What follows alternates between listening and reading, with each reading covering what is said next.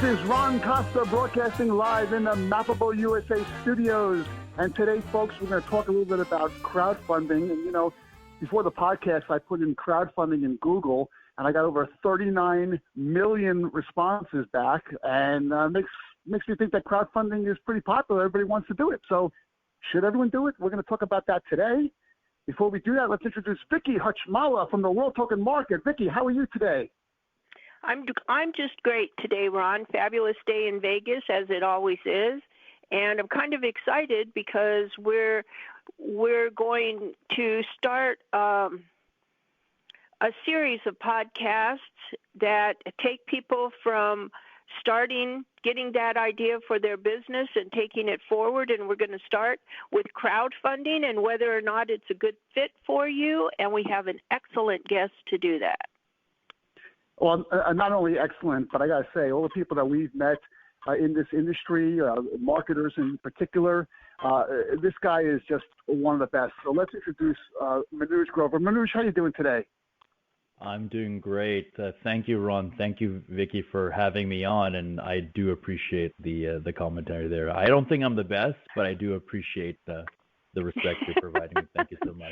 Well, one of my friends, yes. One of my friends has a coffee mug. It says, "World's best father, second place."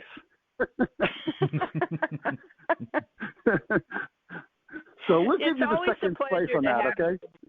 Yeah. You know, and anybody who's listening knows that we've had Manuj on the podcast a couple of times. But in case they didn't listen to that podcast, Manuj, maybe you give us a quick background on yourself.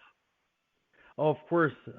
So currently I have my own consulting business. It's called AIM Growth Consulting. And basically I help companies build out strategies for retail investor acquisition.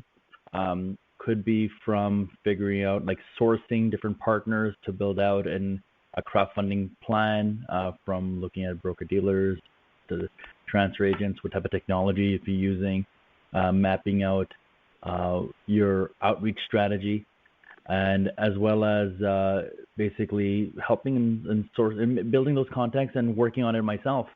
In the past, I've been in the space for about 5 years.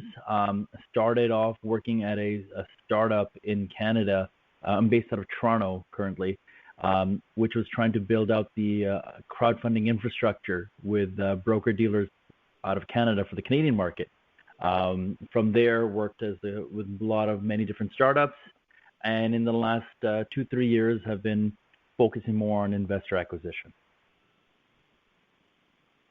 Excellent. Yeah, that sounds good. I know you're keeping really, really busy, and you've done a phenomenal job already about this. But you know, like I started at the top of the podcast, you know, crowdfunding is a big buzzword these days. A lot of people are talking about it, but it may not be for everybody. And you know, we see a lot of that ourselves. And you know what I'd like to do, Manuj? I'm going to start a sentence, okay? And then I'd like you to finish it, okay? So here we go. Ready? Crowdfunding may not be for you if. What do you think? You don't have a plan. There's a simple answer, right? I love it. Straight into the point, Manuj. Yeah. So really, and absolutely correct. And I take that very seriously. I'm really serious on that. I know it's a short statement. I think you're expecting me to have a monologue going on to take up airspace, but in reality, it is that simple. And because it sounds sexy. Oh, you do some marketing, people get to know your brand. If you build it, they will come. Actually, if you build it, they won't come. That's right. What people don't realize is what crowdfunding essentially is, and I'm talking about the capital raising side. So crowdfunding has many forms. There's the MVP product style that what the Indiegogo and Kickstarter are, where you can actually push out a product in its early phases, see if there's an appetite for it, and get early adopters. Then you have charitable crowdfunding, like where you have GoFundMe campaigns where you're helping out in a social cause, which are very, and if it depending on the cause and the emotional attachment, are very, very successful. I focus on equity crowdfunding, essentially, which is the raising of capital by the sales of securities of a company. So, and then therefore, the real definition of what equity crowdfunding is the acquisition of investors to your offering using digital tactics. So, and another easier way of saying it is like the e-commerce of capital raising, using e-commerce ideology, technology, processing to sell shares or debt of your equity or debt of your for your company to grow your business. And okay. Which makes perfect sense. Which makes perfect sense, Manuj. That it's not an easy thing. Nothing is easy and nothing is an overnight sensation. But you're absolutely correct when you say if you don't have a plan, you can't go forward because you don't know what you want to do. You have to define what it is that you are selling, your product, your service. You have to define what you need to do it. You have to define how are you going to get the capital to be able to do it? How long is it going to take? Who's your end user? And how do I market to them? How do I make it all work? That's what the plan is. And without that plan, without someone like yourself who is able to show a company how to create the plan and how to go forward to get from the idea to the success rate, you might as well just, go do a job and get paid a salary. Vicky, if I may add one thing, and this is, I would say, I had to learn this as well, because in the beginning when I first started working in this space, I thought the hard work was actually figuring out where the investors are and how do you attract them. It's grown from there because that's what most people think is, but in reality, you also have to think. Like if you're turning around to go to A to Z, like what is going to happen? Then what? Let's say you get the investors. Then what? How are you going to operate? Exactly. How are you going to continue being compliant per SEC rules if you're using the Reg A or Reg CF exemptions to raise capital? And then furthermore, what's the exit strategy for yourself and for that investor?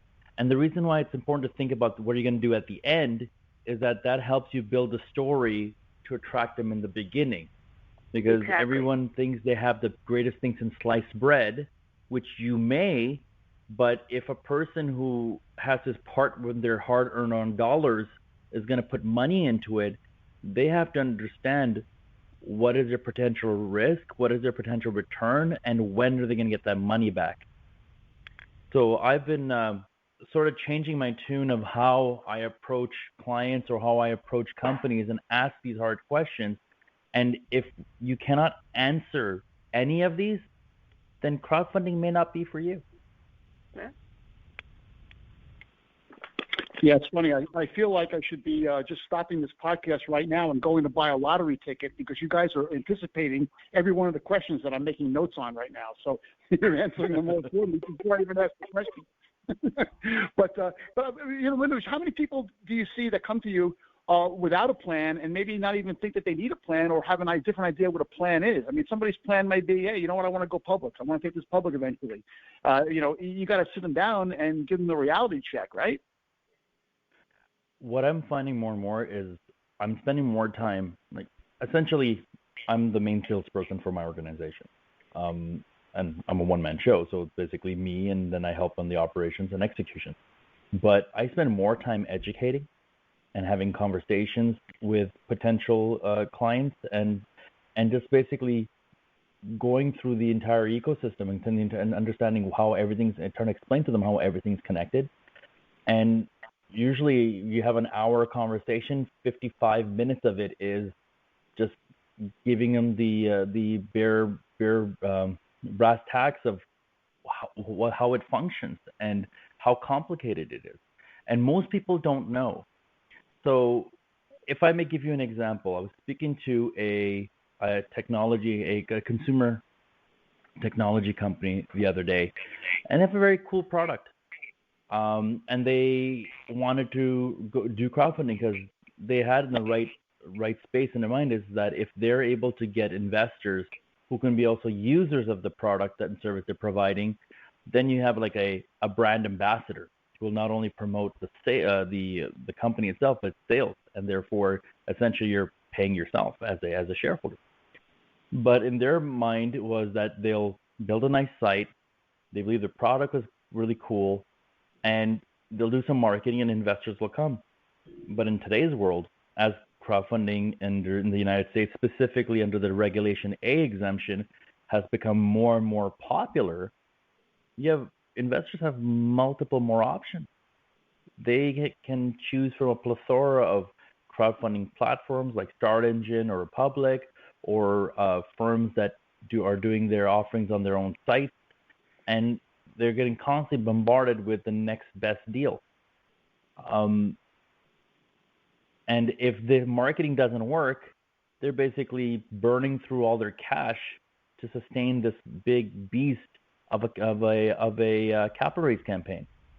So what becomes really more important, before you even raise money, you need to have money to raise money.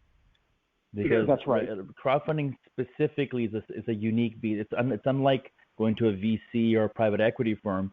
And that's why I stated earlier, you need to have a plan of why you're doing this, what is the purpose, and then after the campaign's over, what are the next steps? And you have to vision all that out or map all that out so that not only are you able to effectively raise capital, but manage all the costs that entail in maintaining such a large shareholder base. And including if you have a go-to-public strategy, how are you going to leverage this investor base to achieve that? That's exactly right. And you know, if I ask myself that question I asked at the top of the podcast, you may not be right for crowdfunding if. I would have answered it if you think that you can do this whole thing on a shoestring, because we're seeing a lot of people who think that it's, you know, you don't need a whole lot of money to start, or, you know, they could do this cheaply. And that's a sure sign of failure for a lot of these guys. And they look back at it and say, well, you know, why did we fail? Why did we fail? And, you know, how do you answer that? It's like, well, you know, you don't want to insult people or tell them that their idea was wrong from the start, but it gets back to what you're saying. That's actually a better answer. If you have a plan to do it, then your plan should also encompass your budget as well, and make sure you have enough money to make this thing go from start to finish. Right? That's really the point of it, I would imagine. Right? Like in a business, one needs to learn how to pivot. And exactly. if you can consider crowdfunding as a entity in itself, it's a business in itself. Raising capital is a business. Like, that's what CFOs of many companies do. They don't do count the beans in the operation itself. They manage that, but most of their roles are about raising capital. So it's an operations on its own. And as a result, like Ron, you were stating, many people do fail, but I don't think they fail because they're just on a shoestring budget. I think large parts of the failure is that they're unable to get feedback from a large enough audience and then leverage that feedback that they get. And here I'll explain what I mean. What I've experienced in the past is you have people, like you said, that believe they have a great product. And they rightfully should, and they believe they do. And I would agree with them. Except that there's always everybody believes that what they're doing is great, and if they present to somebody else, they assume the other person will think it's great as well. But there's always a gap from where you are to where you're ending, and how the audience is perceiving that message. And the essence of marketing is not just pushing out a message, but also taking back data to saying, okay, is this working? And testing back and forth. And part of the failure is in the planning is that how are you going to beta test your messaging and your audience so that you know you're saying the right things to the right people so that they'll be interested in your offering. Many people who make video games or any type of software, they do QA, quality assurance. They actually test the software so it actually works, and then try to make it as robust as possible before they go to market. Companies need to do essentially the same thing when they're crowdfunding, that they have to test, is their messaging right? Is there an audience that's interested in their brand? Is it the right time? And based on the information they get back, it's going to basically be three types of, I think, responses. A, it's awesome, everybody loves it, go full force. B, you know what, it's mixed results, little lukewarm. Okay, let's go back to the drawing board. Let's rebrand or let's pivot a bit and relaunch to get more data, see if we got it right this time. Or thirdly, there is no appetite. It's complete not a market fit. Let's stop now, cut our losses, and walk away. And it could be that it is not, and that takes a lot of courage for somebody to be able to hear that maybe you need to do something different, but that courage is what leads you into success, because you, like you said, you're able to adapt, you're able to pivot, and you're able to take the original idea, make it a better idea so that it actually works, instead of being offended that nobody likes what you wanted to do, and then now you can't do anything because nobody wants it.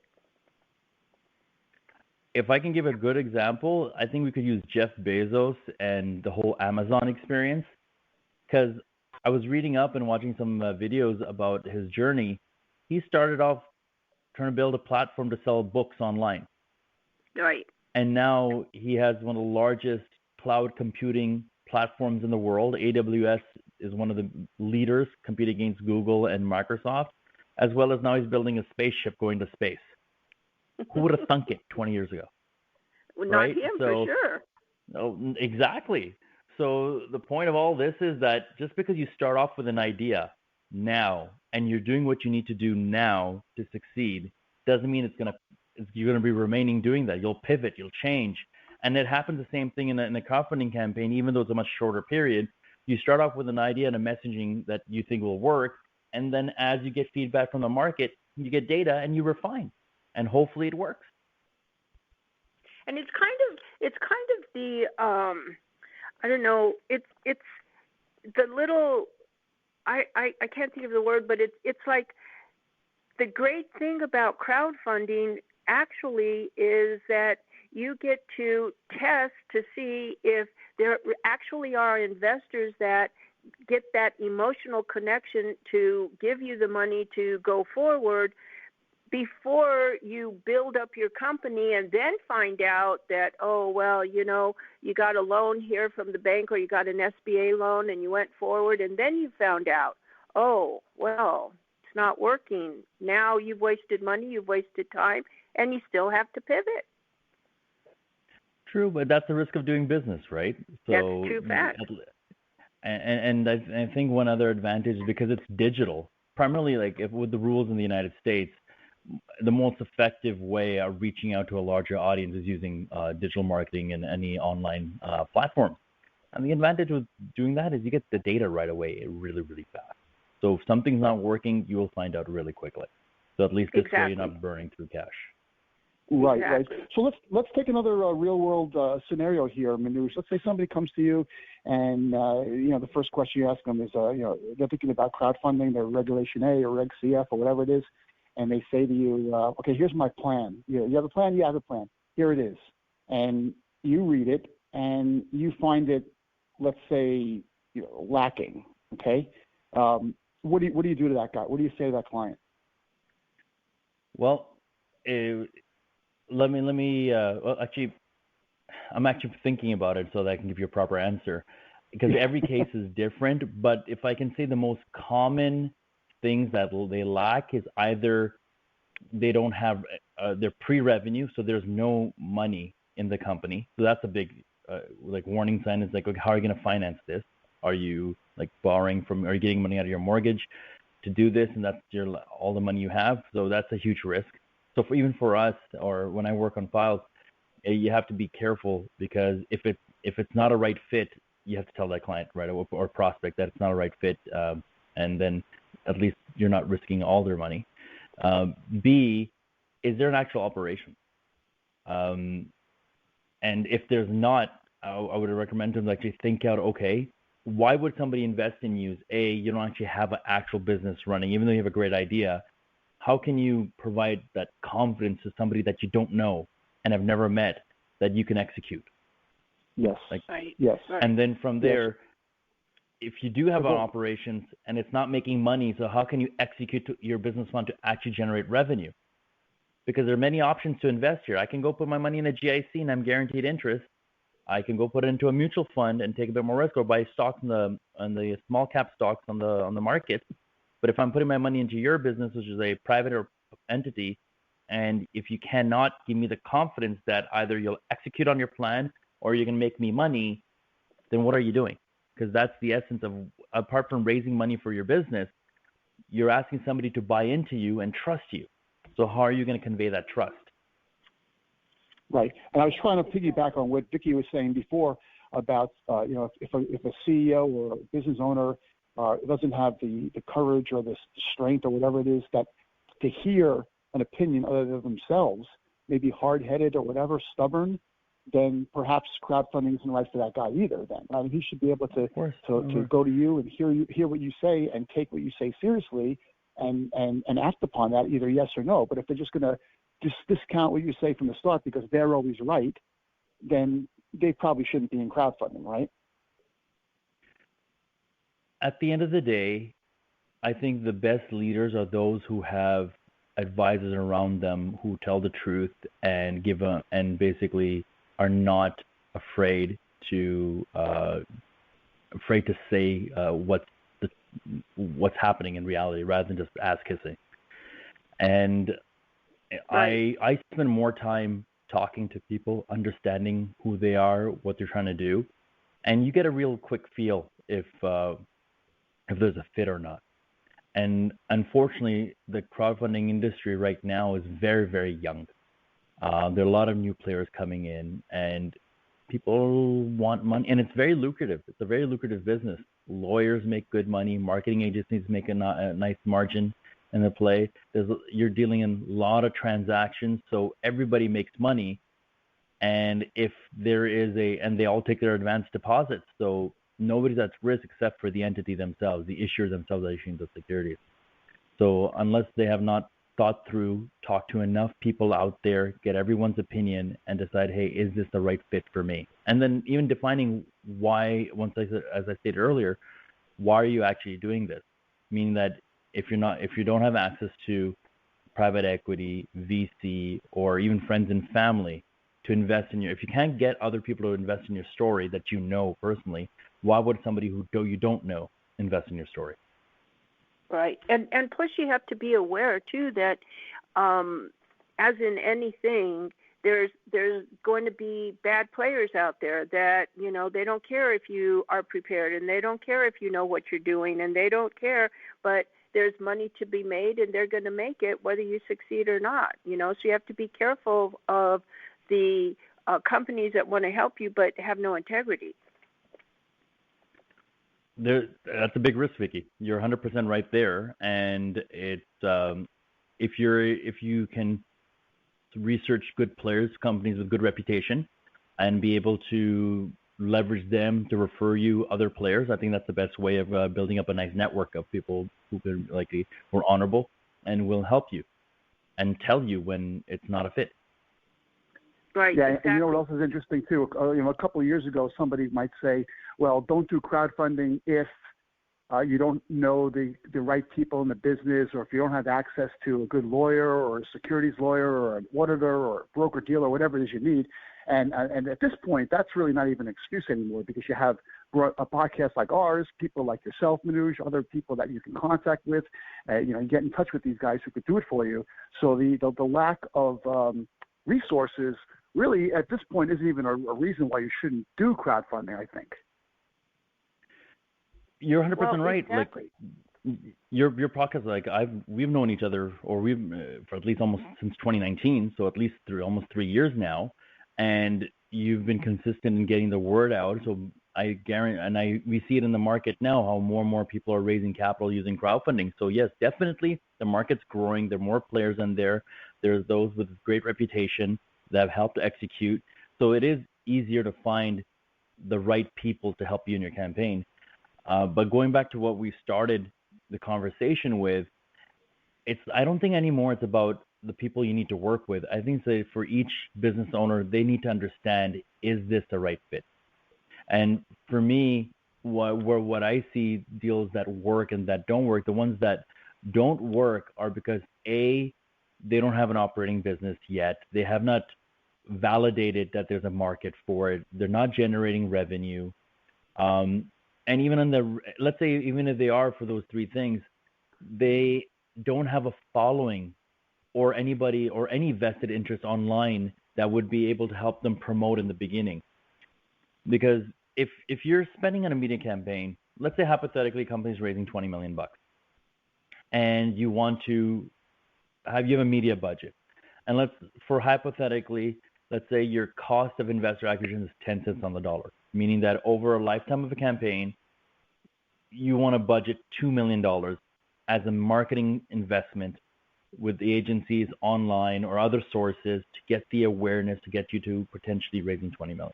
I'm just using these numbers as an example. If you have no following and no existing business where there's no stakeholders that are interested in it, you're starting from zero. You're starting in a car with no gas. So therefore, getting that gas is going to be expensive. And then you're going to be burning through that gas to get to an area where there are a lot of people. So basically building your corporate brand and getting people to trust you online that they wouldn't even look at the opportunity. Not invest. I'm not even talking about going to the platform, whichever you sign up the paperwork and wire in or send in your money. Is that even to sniff and say, wow, okay, this is something I'm interested in. That takes time and that takes a lot of money because you're just building up brand awareness.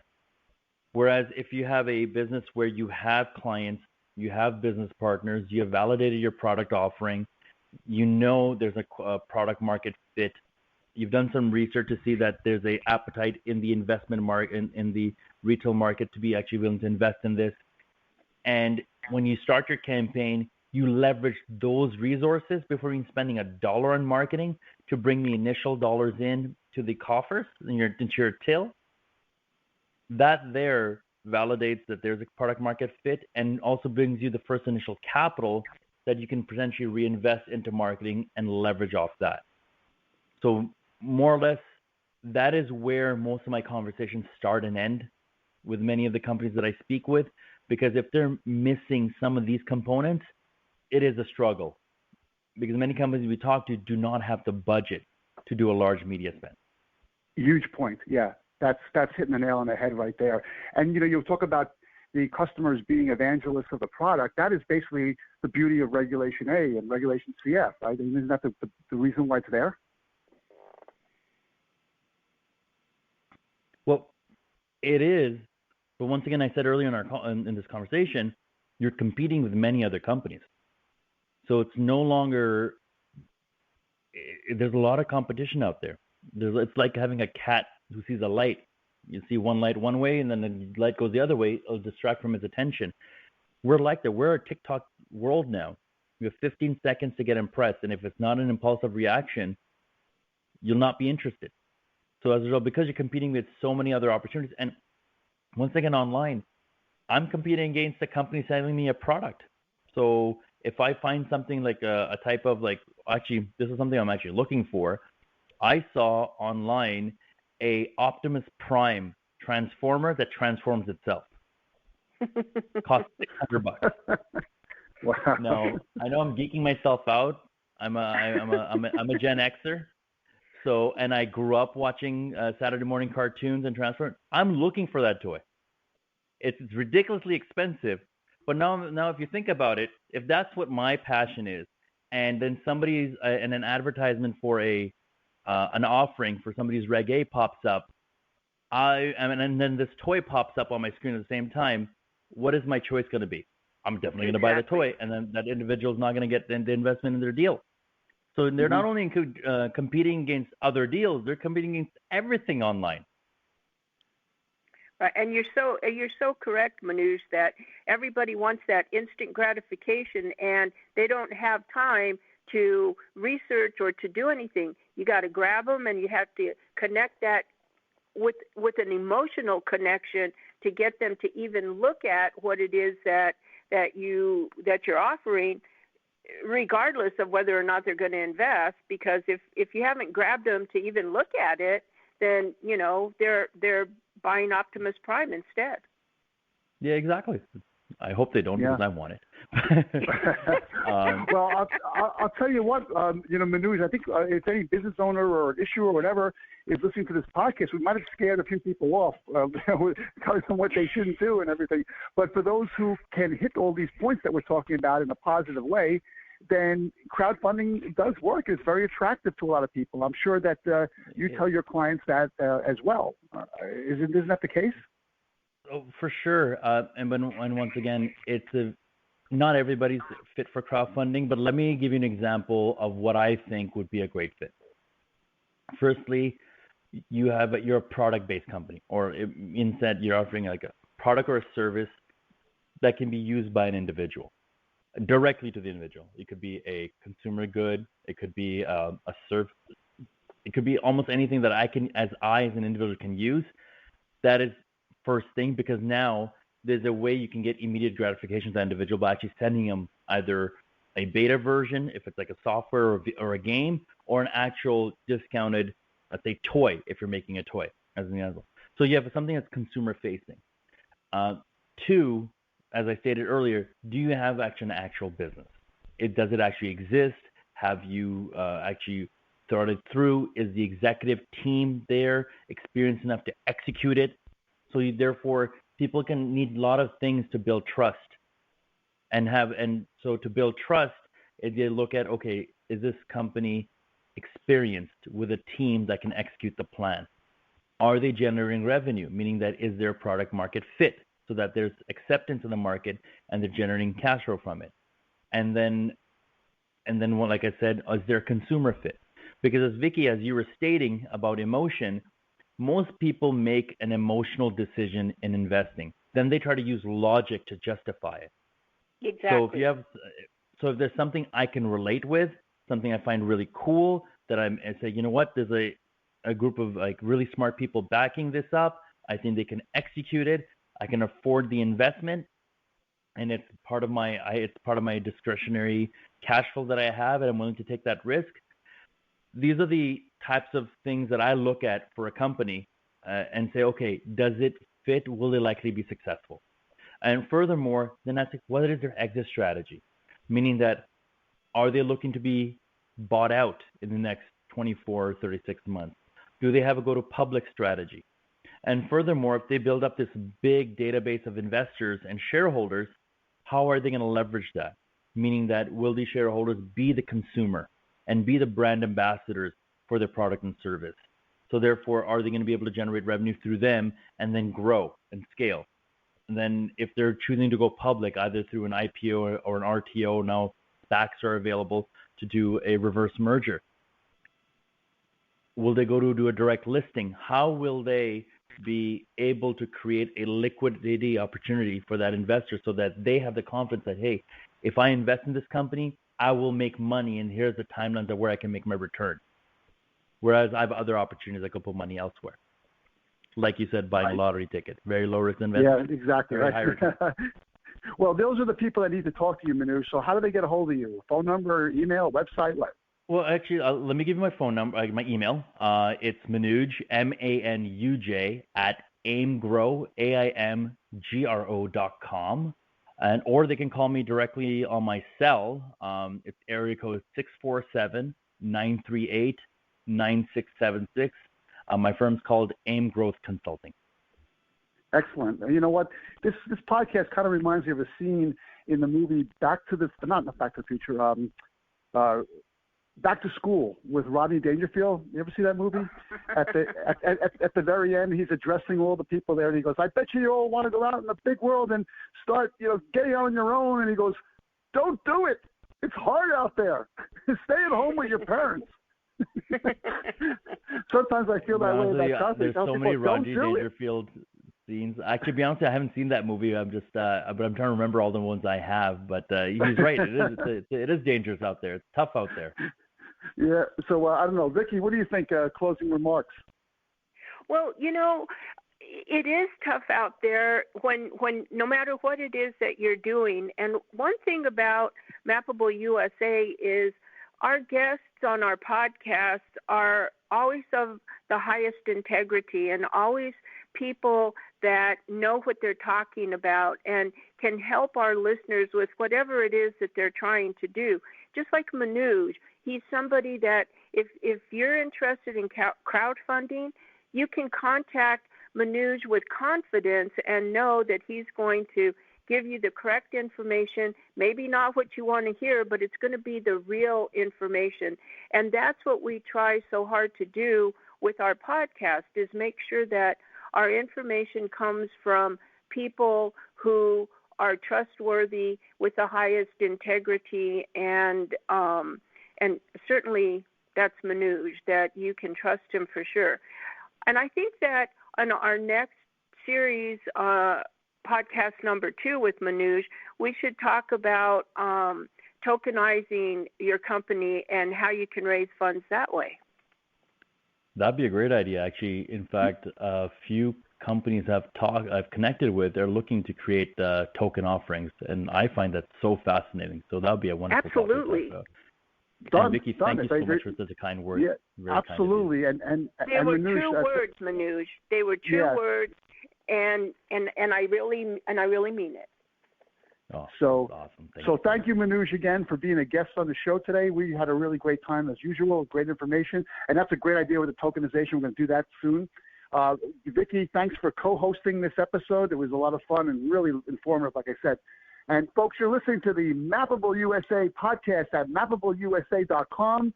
If you go to that homepage, you scroll down, you'll see all our syndication sources. Just pick the one you like best, subscribe, and you'll never miss another one of our episodes. If you want to be a guest on the show, like Manuj was today, there's a guest tab there. Fill that out. We'll see what you can do about getting you on the show. And if you like what you heard today, send us an email at info@mappableusa.com, or just leave a message or a comment on wherever you're listening to this on right now. So thanks for listening. Thanks for your support. We'll be at you next time with another Mappable USA podcast. Have a great week, everyone.